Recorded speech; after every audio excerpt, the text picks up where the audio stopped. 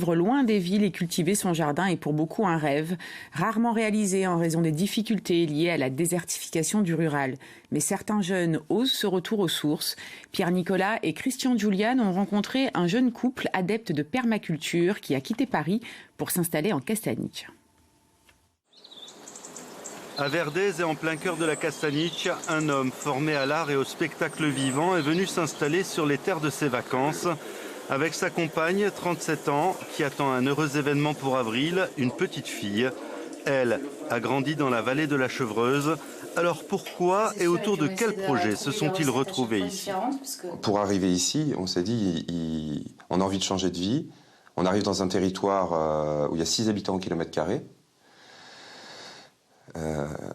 Est-ce qu'on vient, nous, de Paris? On peut prendre un grand parachute et puis arriver là, vous poser un gros truc et puis ça va marcher. Avec les moyens, si jamais je ramène des moyens de Paris et puis je mets un espèce de restaurant ou je sais pas quoi, ça peut marcher. Hein, Et en fait, on a pris le pari, nous, de trouver une place ici, dans le pays, à sa mesure. Et donc, pour nous, le jardin, c'est le centre de tout. J'ai beaucoup d'amis qui me demandaient si j'avais peur, que c'était courageux, que de quitter Paris comme ça.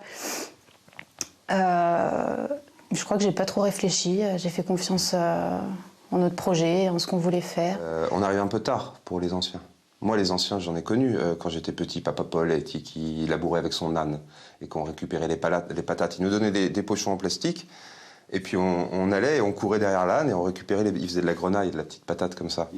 Et bon, bah alors lui, il en avait du savoir. Mais il n'était pas très causant, mais sa vie était liée à la terre et au cycle et au jardin. Et des gens comme ça, il en reste très peu. Oui, on s'est posé ces questions, évidemment, de savoir si on allait pouvoir en vivre. Après, on fait ça par transition. C'est-à-dire que l'idée, c'est d'avoir plusieurs activités, d'une part, pour pas s'ennuyer, parce que ça nous plaît. Donc, on fait le maraîchage. Moi, je me suis formée un petit peu auprès d'apiculteurs de la région, parce que ça m'intéresse de faire du miel. Et je continue aussi en parallèle de travailler avec des artistes sur le continent. Moi, ce que je souhaite, c'est qu'il y en ait beaucoup qui s'installent comme nous. C'est-à-dire qu'une mini-ferme comme ça, une micro-ferme, ce qu'on appelle, comme nous, il peut y en avoir une juste dans la vallée d'à côté. Et juste à côté, là, dans l'Ampugnani. Et juste de l'autre côté, on a les ânes. Et dire, revenons en arrière avec l'âne, etc. Hein. Moi, nous, on a Internet, on est très content d'avoir Internet. Et heureusement qu'on a Internet, le savoir, l'échange, etc. Mais il faut se modérer, il faut redescendre, il faut vraiment redescendre. Et nous, notre capacité à vivre ici, elle est liée à ça aussi. C'est-à-dire qu'on vit avec moins, on se raisonne sur tout. Comme il refuse l'agriculture industrielle et la monoculture intensive, le couple plante toutes sortes d'essences.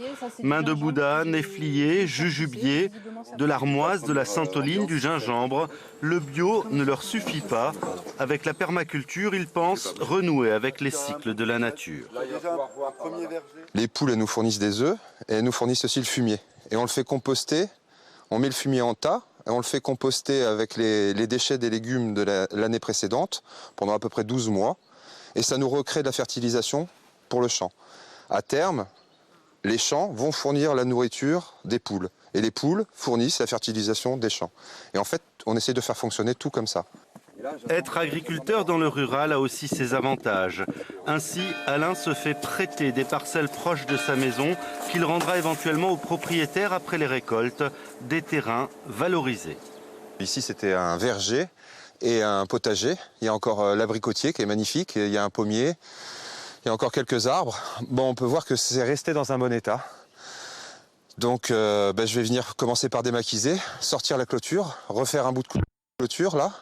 Nettoyer tous les murs, là ça va être le travail de cet hiver.